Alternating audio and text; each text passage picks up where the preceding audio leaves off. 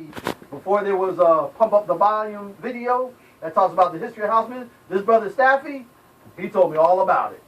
Everything that was in that video, he told me about it 10 years ago, prior to that. So, let's Slag Daddy. Yes.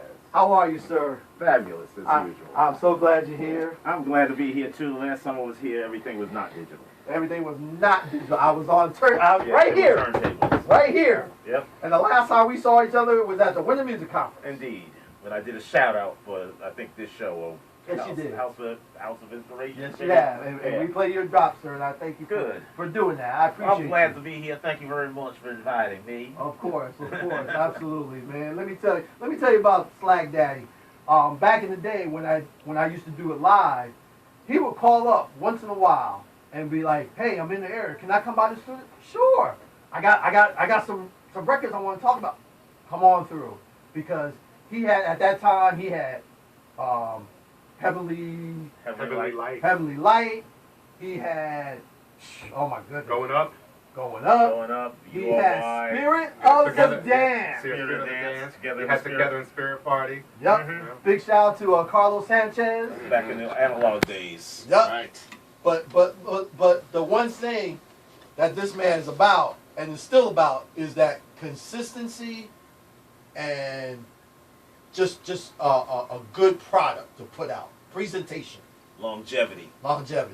It's not how high your star goes, it's how long it stays in flight. Mm-hmm. Yeah.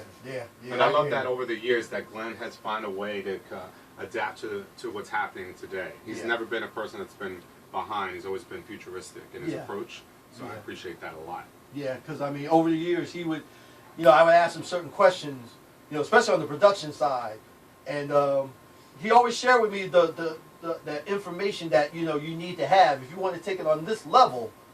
This is what you need to get, and he never steered me wrong. That's one of the things about Adam and I, which is good that we're sitting up here next to each other, because we're two of the people,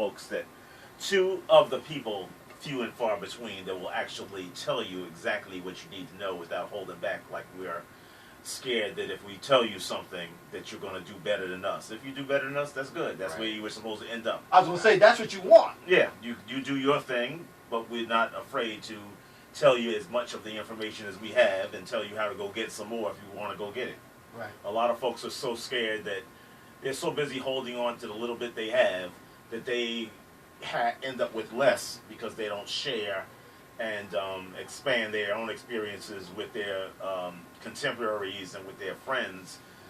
And as a result, they end up going backwards instead of forwards. So one of the things that Adam and I have always done, not that we've sat around and plotted it and planned it, but it's just because of who we are and how we are. We've always done that. You want to know, and we know we're going to pass it on. Right. Just makes us stronger. Right. Exactly. Right, because one thing I always notice about Glenn, and he, as he just stated, to get out of your comfort zone. Yeah. Expand your mind. Don't be afraid to share. And I talked about that earlier.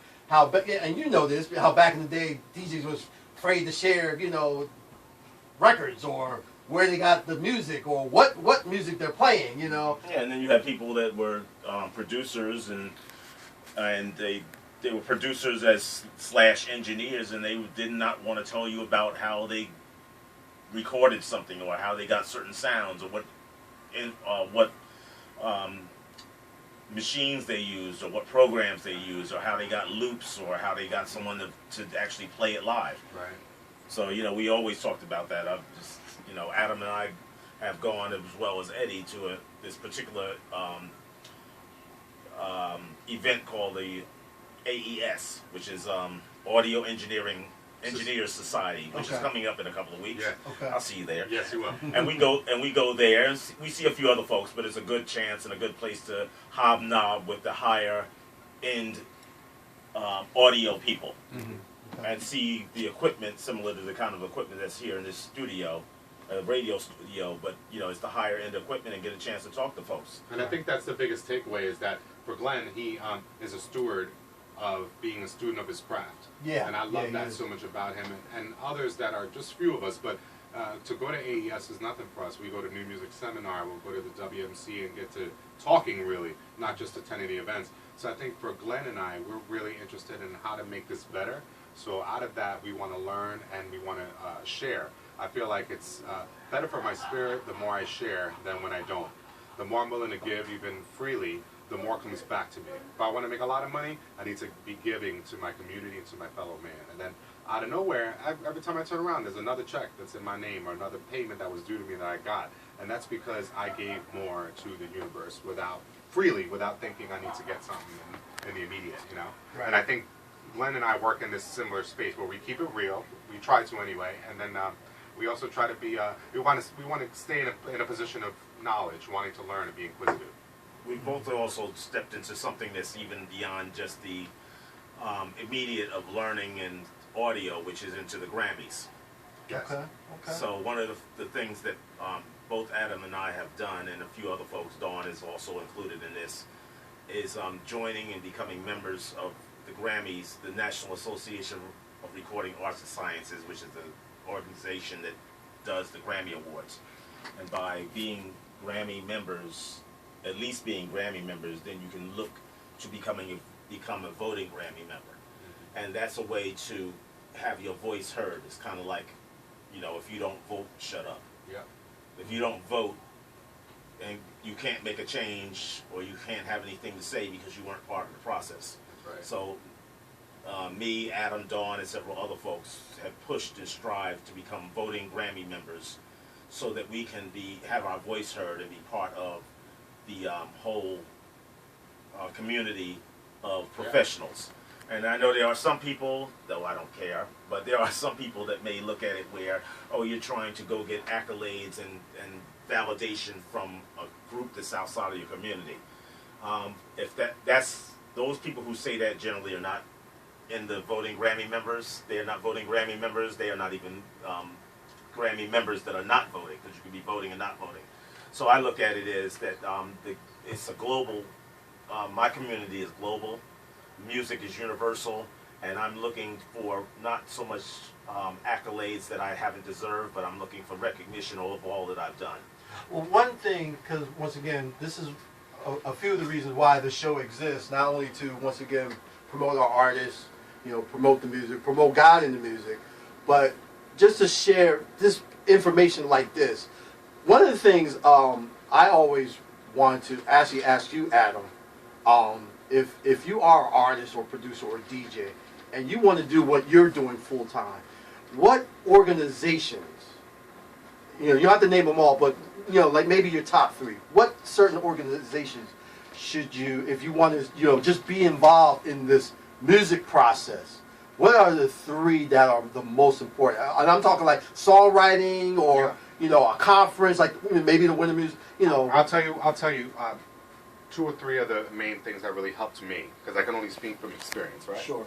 I think becoming a writer signed with CSAC was helpful, because through our work with Trevor Gale, we were able to not only diversify our publishing equity, but we were able to meet face-to-face their staff, their people, attend their events, and speak to them. And that was very helpful. So I think if you're a person that's starting in this game and you want to know what are the organizations I should sign up with, I should make sure that you have your performance rights organizations situation tight. I started as an ASCAP publisher. I still am an ASCAP publisher, but I did sign with CSAC as a writer. I think that is important. The other thing, like Glenn said, become a member of NARIS and strive to become a voting member. I've been a voting member since 2006. Not because I felt so highfalutin of myself.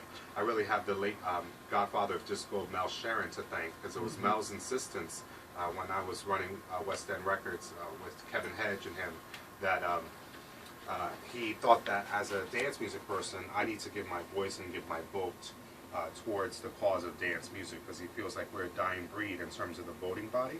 So he was insistent that I become a voting member early so that I could put my voice down on paper and let my voice in the dance community be heard. So I think those two things, your performance rights organizations, join NARIS and follow that. And then I would say make it your business to attend a function where there's panel discussions you can learn, like the Winter Music Conference, go to MIDEM in France, you can go to, just be careful not to attend. Yes. It's happening right now. Yes, ADE is happening right now, this moment. ADE I would be careful is, to attend events that are not just parties, but party and discussions, because those are the opportunities where a lot of learning happens. So try and be them. Try New Music Seminar that happens in New York.